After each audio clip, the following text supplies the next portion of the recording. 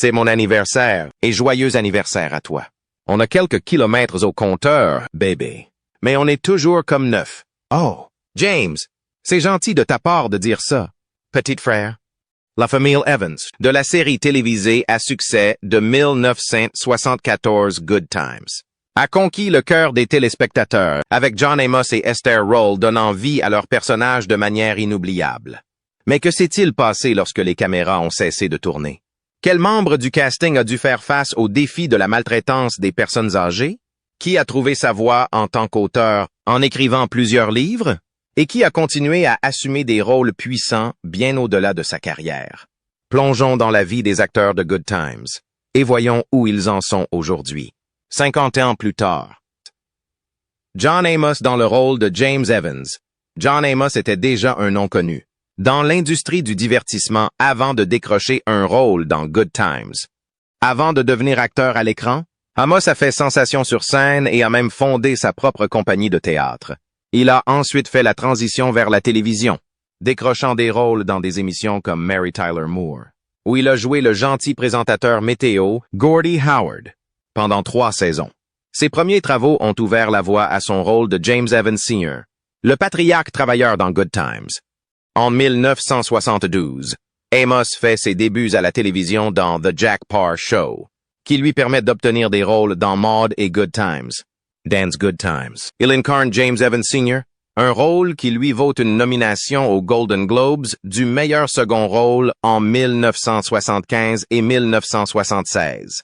Son interprétation d'un père pragmatique qui jongle avec les défis de la vie tout, en procurant un amour indéfectible à sa famille, touche une corde sensible chez les téléspectateurs, faisant de lui l'un des personnages les plus mémorables de la télévision. Cependant, le passage d'Amos dans Good Times ne s'est pas fait sans heurts, bien qu'il partageait une forte alchimie à l'écran avec Esther Roll, qui jouait sa femme, Florida Evans. Amos était de plus en plus insatisfait de la direction de la série, alors que la série se concentrait sur les facéties comiques de son fils à l'écran, G.J.J., Jimmy Walker.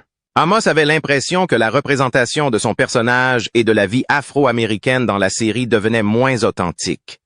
En 1976, son mécontentement a conduit à des différends créatifs avec les producteurs, ce qui a entraîné son départ après 3 saisons.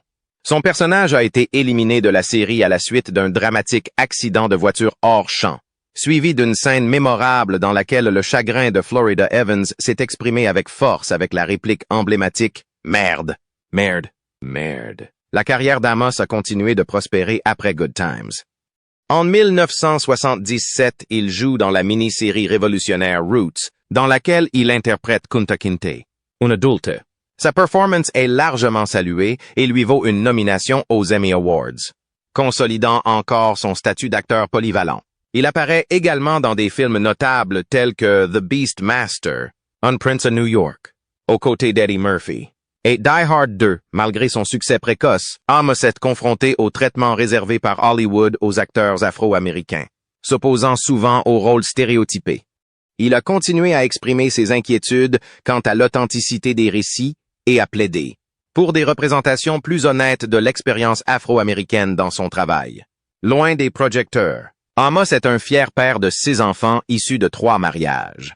Son premier mariage avec Noelle Mickelson a donné naissance à 2 enfants, Shannon Amos, écrivaine et productrice, et Casey Amos, réalisatrice nominée aux Grammy Awards.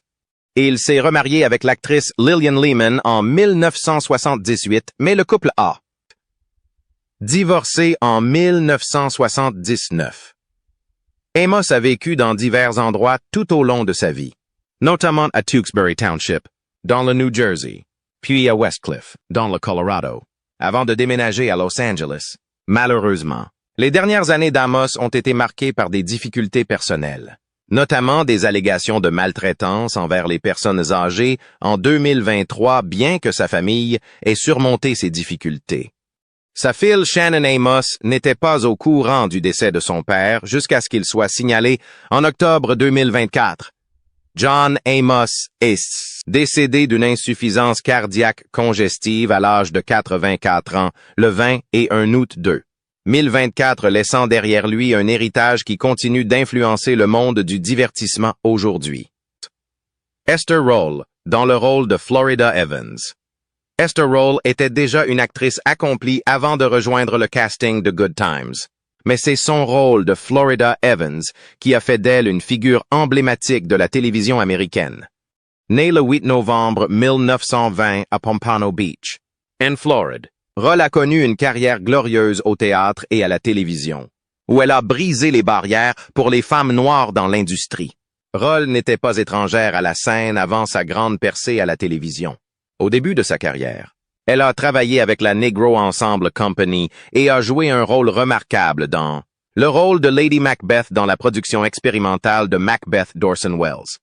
Son talent au théâtre a attiré l'attention de beaucoup de gens, ce qui lui a valu le rôle de la femme de ménage fougueuse Florida Evans dans la sitcom révolutionnaire Maude. En 1972, ce rôle a été le début de quelque chose de bien plus grand. L'interprétation de Florida par Roll a été si bien accueillie qu'elle a eu droit à sa propre série dérivée, Good Times, qui a été créée en 1974. Dans Good Times, Roll incarnait la matriarche, Florida Evans, devenue une figure appréciée pour sa force, sa compassion et sa résilience face à l'adversité. Le personnage de Florida a contribué à briser les stéréotypes sur les femmes noires à la télévision, offrant aux téléspectateurs un portrait positif et complexe de la vie afro-américaine. La performance de Roll lui a valu une nomination aux Golden Globes en 1975 pour la meilleure actrice de télévision dans une comédie ou une comédie musicale. Après son succès dans Good Times, Roll a continué à briller sur le petit et le grand écran. Elle a joué dans plusieurs films notables, dont Driving Miss Daisy, Rosewood at Down in the Delta. En 1978, elle a remporté un Emmy Award pour sa performance dans le téléfilm Summer of My German Soldier, marquant l'un des nombreux moments forts de sa carrière. Roll a également fait plusieurs apparitions dans des séries comme Arabesque, Les Anges de la Vengeance et La Croisière s'amuse. La vie personnelle de Roll était relativement privée. Bien qu'elle ait été mariée à Oscar Robinson de 1955 à 1975. Le couple n'a pas eu d'enfant, bien qu'elle ait eu une belle-fille issue du précédent mariage de son mari. Bien qu'elle n'ait pas d'enfant biologique, Roll parlait souvent de l'importance de la famille et de la communauté, tant dans sa vie personnelle que dans les rôles qu'elle incarnait à l'écran. La contribution de Roll à l'industrie du divertissement va bien au-delà de son métier d'actrice. Elle a été une pionnière qui a contribué à redéfinir ce que signifiait représenter des personnages afro-américains forts et positifs à la télévision. La vie d'Esther Roll a été tragiquement écourtée lorsqu'elle est décédée, le 17 novembre 1998, à l'âge de 78 ans. Des suites de complications liées au diabète. Elle est décédée à Culver City, en Californie, quelques jours après avoir fêté son anniversaire. Ses funérailles ont eu lieu à l'église épiscopale méthodiste africaine Bethel, dans sa ville natale de Pompano Beach, en Floride, où elle a été inhumée au cimetière communautaire de Westview, un lieu de sépulture historiquement noir. Son décès a marqué la fin d'une époque, mais son influence continue d'inspirer aujourd'hui. Jimmy Walker dans le rôle de J.J. Evans. Jimmy Walker, surtout connu pour son rôle emblématique de J.J. Evans dans la sitcom révolutionnaire Good Times, a eu une carrière fascinante dans le divertissement qui continue de captiver le public à ce jour. Né James Carter Walker Jr., le 25 juin 1947, dans le Bronx, à New York. Le parcours de Walker vers la célébrité était tout sauf conventionnel. Avant de se lancer dans le monde du cinéma, Walker a d'abord poursuivi une carrière dans le basketball, même s'il est vite devenu évident que le sport n'était pas sa vocation. Après avoir essayé plusieurs emplois différents, Walker a trouvé sa véritable passion dans la comédie. La grande percée de Walker est arrivée lorsqu'il a décroché le rôle de J.J. Evans dans Good Times, un rôle qui allait définir sa carrière. L'émission, diffusée de 1974 à 1979, mettait en scène la famille Evans qui naviguait dans les quartiers résidentiels de Chicago. L'interprétation de Jimmy Walker dans le rôle de J.J., le fils aîné charismatique et comique, lui a valu une large reconnaissance. Son slogan emblématique, Dynamite, est devenu un phénomène de la culture pop et a consolidé sa place dans l'histoire de la télévision. À seulement 26 ans, Walker était nettement plus jeune que son père à l'écran, James Evans Sr., joué par John Amos, qui n'avait que 8 ans de plus que lui. Cette dynamique a permis à Walker de se démarquer encore plus, ajoutant une exubérance juvénile à son personnage. Au plus fort de la popularité de la série, la performance de Walker lui a valu des nominations aux Golden Globes pour le meilleur second rôle dans une série. Télévisée en 1975 et 1976, consolidant ainsi son statut de star. Malgré le succès de la sitcom, le passage de Walker dans la série n'a pas été sans controverse. Si les pitreries de JJ étaient appréciées du public, le personnage était souvent critiqué pour perpétuer les stéréotypes. Néanmoins, le sens de l'humour et l'énergie contagieuse de Jimmy Walker ont contribué à propulser Good Times dans l'histoire de la télévision.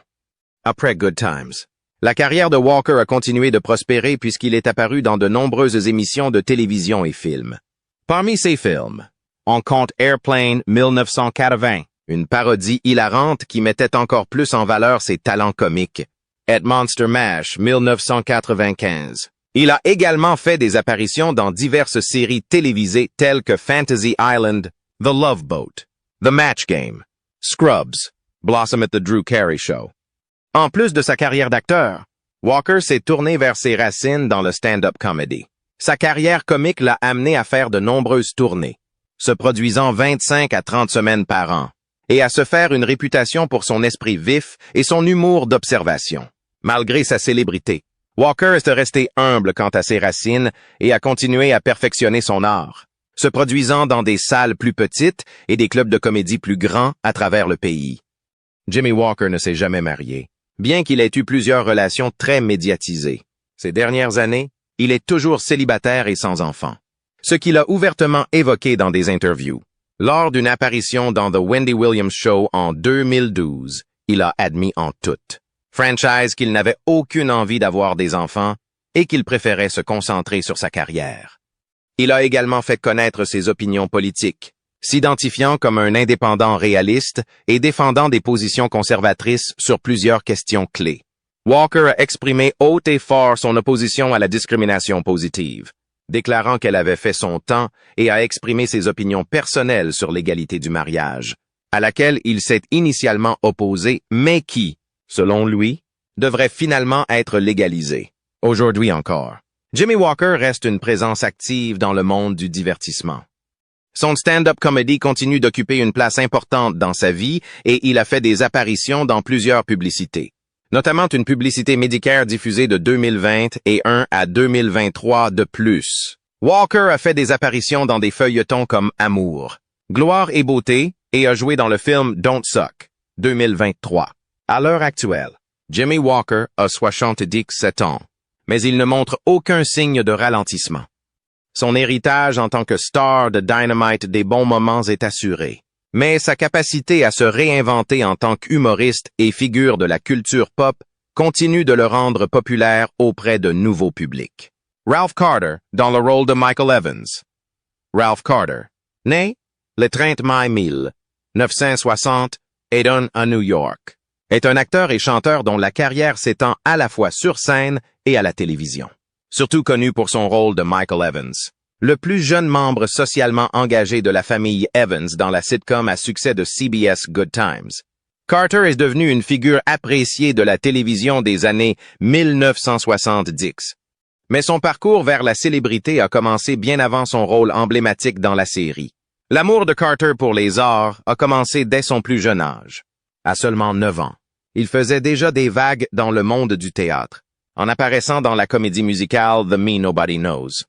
Ses débuts au théâtre ont ouvert la voie à une carrière couronnée de succès, Ralph décrochant des rôles dans diverses productions scéniques, Not a Month Tough to Get Help, Dude at Via Galactica. Cependant, sa première performance sur scène, la plus remarquable, a eu lieu dans la comédie musicale de Broadway Raisin. 1973, une adaptation de A Raisin in the Sun de Lorraine Hansberry. Carter y a joué le rôle de Travis Younger, le plus jeune fils de la pièce, et sa performance lui a valu une large reconnaissance. Il a notamment reçu une nomination aux Tony Awards en 1974 pour le meilleur acteur dans une comédie musicale et a remporté le Drama Desk Award de l'interprète le plus prometteur. En 1974, Ralph Carter a connu une grande percée lorsqu'il a été choisi pour incarner Michael Evans, le plus jeune enfant de la famille Good Times. La série créée par Norman Lear, était une sitcom révolutionnaire qui mettait en lumière les luttes et les triomphes d'une famille afro-américaine vivant dans un ensemble de logements à Chicago. Michael, le personnage de Carter, était un jeune homme brillant et engagé sur le plan social, qui exprimait souvent des opinions progressistes sur la race et la politique, reflétant la conscience sociale croissante des années 1970. En tant que membre de la dynamique famille Evans, le portrait de Michael par Ralph a trouvé un écho auprès du public. Il était connu pour son activisme et sa maturité intellectuelle, servant de porte-parole du changement dans la série. Au cours de son passage dans l'émission, Carter est devenu un nom connu du grand public, mais ses contributions ont dépassé le stade du métier d'acteur. Au sommet de sa popularité, il était destiné à une carrière dans la musique. En 1976, Carter a sorti son premier album, Young and in Love, sous Mercury Records, qui comprenait des singles comme Extra Extra. Read all about it at When You're Young and in Love. Il est même apparu dans Soul Train, où il a fait valoir ses talents de chanteur. Après la fin de Good Times en 1978, Carter est retourné à son premier amour, le théâtre. En 1929, il a retrouvé son ancien partenaire, John Amos, pour la production Passes the Pass. Carter a toujours été très dévoué à la scène et ses contributions au théâtre ont continué à avoir un impact. Aujourd'hui, il est vice-président du comité de développement du public, une organisation dédiée à célébrer et à préserver les contributions des Afro-Américains au monde du théâtre. Bien que Carter ait gardé une grande partie de sa vie privée, on sait qu'il a été marié, bien que ses relations personnelles soient restées en grande partie hors de la vue du public. Contrairement à beaucoup de ses camarades de la série Good Times, Carter a choisi de se concentrer davantage sur son travail au théâtre et sur le travail de plaidoyer dans lequel il est impliqué, plutôt que de poursuivre une carrière de haut niveau à Hollywood. Aujourd'hui, Ralph Carter a 63 ans et, même s'il n'apparaît plus régulièrement à l'écran, son impact sur l'industrie du divertissement et le monde du théâtre continue de résonner. Il n'est peut-être pas aussi visible publiquement qu'il l'était pendant ses années Good Times, mais l'héritage de Carter perdure à travers ses contributions au théâtre afro-américain et son dévouement à soutenir la prochaine génération d'artistes noirs. Jeanette Dubois dans le rôle de Wynonna Woods. Jeanette Dubois, née le 5 août 1942 à Philadelphie, en Pennsylvanie, était une artiste aux multiples talents, réputée pour ses talents d'actrice, de chanteuse, de danseuse et d'auteur-compositrice. Bien qu'elle soit peut-être mieux connue pour son rôle de Wynonna Woods dans la sitcom classique de CBS Good Times, sa carrière s'est étendue sur divers supports, notamment Broadway, la télévision et la musique, ce qui l'a établi comme une figure de proue du divertissement. L'interprétation de Wynonna Woods par Dubois, la voisine vivante et attentionnée de la famille Evans, a fait d'elle une favorite des fans de Good Times. Son personnage a apporté à la série un humour et une chaleur bien nécessaires, et le charme et l'énergie naturelle de Dubois ont profondément touché les téléspectateurs. En tant que mère célibataire et confidente de Florida Evans, Wynonna est devenue un élément essentiel de la sitcom. Avant de décrocher le rôle de Wynonna, Dubois avait déjà construit une carrière impressionnante sur scène, apparaissant dans des productions de Broadway telles que Golden Boy, aux côtés de Sammy Davis Jr. et Louis Gossett Jr. et Raisin in the Sun. Elle a fait la transition vers la télévision, jouant dans la série télévisée Love of Life, et a remporté un Peabody Award pour son rôle dans le film JT de CBS de 1969, un film pour enfants révolutionnaire. Mais c'est son travail sur Good Times qui a fait de Dubois une star mondiale. Son personnage, plein de vie et d'impertinence, a apporté une énergie unique et attachante à la série, faisant d'elle l'une des stars les plus mémorables des années 1970. Après Good Times, Dubois a continué à faire sa marque à la télévision avec des rôles notables dans des séries comme Hangin' with Mr. Cooper, Home Improvement et Moshe. Elle a également acquis une large reconnaissance pour son travail de voix dans la série animée The PJs, qui lui a valu 2 Emmy Awards, en plus de son métier d'actrice. Dubois a été une pionnière de la musique pour la télévision, notamment en coécrivant et en interprétant la chanson emblématique Movin' On Up pour The Jeffersons, un morceau qui est devenu synonyme du succès de la série. Dubois était également une militante. Elle a fondé le Festival panafricain du film et des arts, qui célébrait les talents d'origine africaine dans le cinéma et les arts, et a créé la Fondation Dubois Care, un projet d'autonomisation des jeunes. Par son art et son activisme, Dubois était resté dévoué au soutien des communautés noires et à l'épanouissement des voix afro-américaines. Dans sa vie personnelle, Dubois a épousé Sajid Krishnagupta en 1950 et ils ont eu 4 enfants ensemble. Le couple a divorcé après 8 ans et Dubois a ensuite vécu la perte tragique de son fils, Raj Christo Gupta, décédé d'un cancer à l'âge de 36 ans. Malgré ses défis, Dubois est resté dévoué à sa famille et à son art, utilisant sa plateforme pour inspirer et donner en retour. Elle a également eu une relation amoureuse avec l'acteur Brock Peters à la fin des années 1950. Janet Dubois est décédée le 17 février 2020 à l'âge de 77 ans, laissant derrière elle un héritage durable, ses contributions au divertissement, en particulier dans le domaine de la télévision et de la musique. Restant Influence et son interprétation emblématique de Wynonna Woods continuent de résonner auprès des fans à ce jour. Janet Jackson dans le rôle de Penny.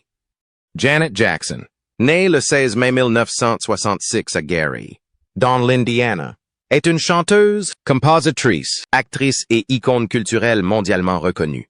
Elle est la Benjamin de la célèbre famille Jackson. Mais bien avant de devenir une légende de la musique, Janet Jackson s'est déjà fait un nom dans l'industrie du divertissement. En 1977, Janet Jackson rejoint le casting de la série télévisée Good Times, où elle incarne Penny Gordon Woods, une jeune fille vivant dans une cité HLM de Chicago. Le personnage de Penny a été introduit dans la 5e saison de la série et elle est rapidement devenue l'une des préférées des fans. Dépeinte comme un personnage résilient et adorable, Penny a dû faire face à des défis importants, d'une mère abusive à la tentative de trouver sa place dans le monde. L'interprétation de Penny par Jackson a mis en valeur son talent naturel et elle a reçu une large reconnaissance pour sa performance, ouvrant la voie à l'avenir de sa carrière. Bien qu'elle n'apparaisse que dans les 2 dernières saisons de Good Times, le rôle de Jackson a laissé un impact durable, et son interprétation de Penny a contribué à faire d'elle une étoile montante à Hollywood. C'était son premier rôle majeur dans une série télévisée, et cela a renforcé sa capacité à incarner des personnages émotionnellement complexes. Après son passage dans Good Times, la carrière de Jackson à la télévision a continué de prospérer. Elle a fait plusieurs apparitions dans le rôle de Charlene Dupree et a joué dans Fame, une série sur une école d'art du spectacle. Mais c'est sa transition vers la musique qui l'a véritablement propulsée au rang de superstar. En 1986, Janet a sorti Control, un album qui a marqué son évolution artistique. C'était une déclaration d'indépendance pleine de pouvoir qui comprenait des tubes comme Nasty, What Have You Done For Me Lately and When I Think of You. Le succès de Control a révolutionné la musique pop et Janet est devenue un nom familier, connue non seulement pour ses talents de chanteuse, mais aussi pour son approche audacieuse et progressiste de la musique, de la mode et de la culture. La carrière musicale de Jackson n'a fait que s'envoler. Ses albums, Rhythm Nation 1814 et Janet ayant reçu des éloges de Lao, critique et la consolidant comme l'une des artistes de musique les plus vendues de tous les temps. Elle est connue pour repousser les limites avec ses paroles et ses performances, abordant des thèmes comme la justice sociale, l'émancipation et l'amour, tout en captivant le public avec ses mouvements de danse impressionnants et sa présence sur scène. En plus de sa carrière musicale à succès, Jackson s'est également aventuré dans le cinéma. L'un de ses rôles les plus marquants est venu en 1993, lorsqu'elle a joué dans Poetic Justice, un film dramatique réalisé par John Singleton. Janet Jackson a joué le rôle de Justice, une femme au caractère bien trempé qui utilise la poésie comme un exutoire pour ses émotions. Le film, dans lequel jouait également Tupac Shakur, a été bien accueilli et a mis en valeur la palette d'interprétation de Janet Jackson en dehors de la télévision. La vie personnelle de Janet Jackson a fait l'objet d'une attention particulière du public, en particulier ses mariages et ses relations. À l'âge de 18 ans, elle s'enfuit avec le chanteur James DeBarge en 1984, mais le mariage fut annulé en 1985. Plus tard, elle épousa l'auteur-compositeur et réalisateur René Elizondo Jr. En 1991, bien que l'union soit restée secrète, jusqu'à ce que leur divorce soit finalisé. En 2003, Jackson est ensuite sorti avec le producteur de musique Jermaine Dupri pendant plusieurs années. En 2012, Jackson a épousé l'homme d'affaires qatari Wissam Almana. Le couple a accueilli son premier enfant ensemble, un garçon prénommé Issa Almana, en janvier 2017. Cependant, quelques mois seulement après la naissance de leur fils, il a été rapporté que Jackson et Almana s'étaient séparés et cherchaient à divorcer. Aujourd'hui, Janet Jackson continue d'influencer les industries de la musique et du divertissement. À 58 ans, elle reste une figure vénérée de la culture pop, célébrée non seulement pour ses contributions musicales, mais aussi pour son plaidoyer en faveur du changement social, ses performances puissantes et sa résilience personnelle.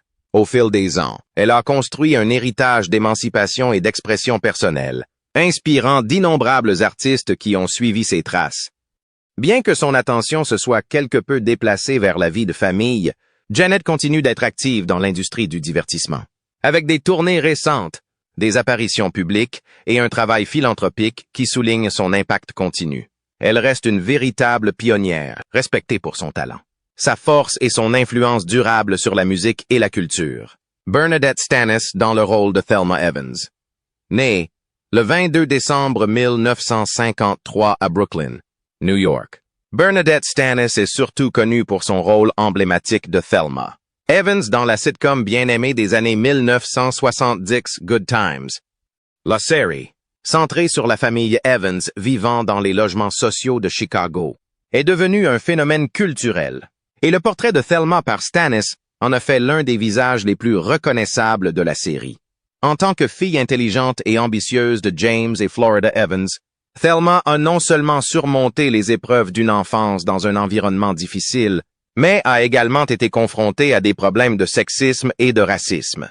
Stanis a fait ses débuts d'actrice dans Good Times, où elle est devenue célèbre en incarnant Thelma, la fille avant-gardiste de la famille Evans.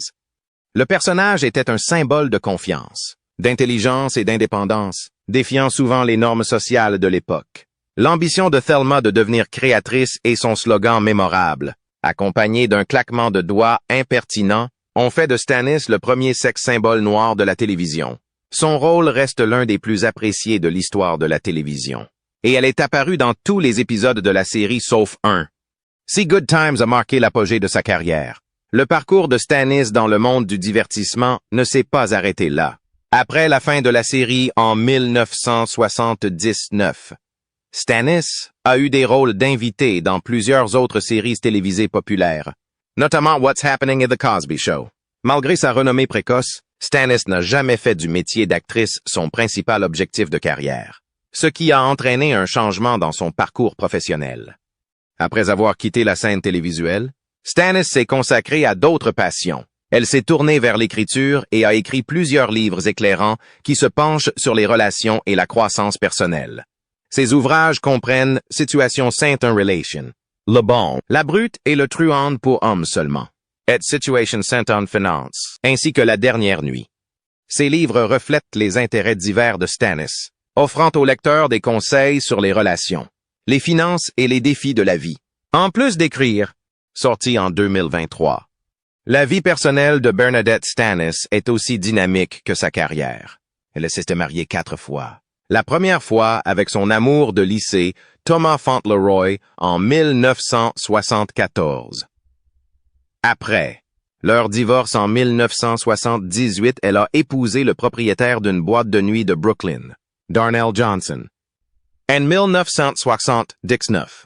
En 1981, Stanis épouse l'ingénieur mécanique Terrence Red, avec qui elle a 2 filles, Dior Revel et Brittany Rose. Bien que son 3e mariage se soit terminé par un divorce, elle a retrouvé l'amour avec Kevin Fontana, son 4e mari, avec qui elle est mariée depuis plus de 30 ans. Stanis est une mère et une grand-mère fière. Sa fille Dior Ravel est née en 1982 et elle est également grand-mère de Leto Manon, qui est apparue sur son compte Instagram.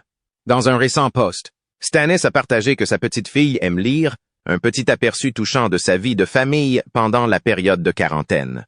Stanis réside actuellement à Atlanta, en Géorgie, avec ses enfants, gardant une vie relativement privée loin des projecteurs, mais gardant des liens étroits avec ses camarades de casting de Good Times. Bien que de nombreux membres du casting original aient repris le cours de leur vie, Bernadette Stanis est restée en contact avec eux au fil des ans. Et l'amour qu'ils partagent l'un pour l'autre témoigne des liens qui se sont formés au cours de la série emblématique. Aujourd'hui septuagénaire, Bernadette Stanis continue d'être une figure appréciée de la culture pop, avec une carrière qui s'étend sur des décennies et une vie personnelle qui reflète la résilience et la joie. Bien qu'elle ne soit plus aussi active dans l'industrie du divertissement, elle reste une figure importante de la communauté noire et des fans de Good Times. Johnny Brown dans le rôle de Nathan Bookman.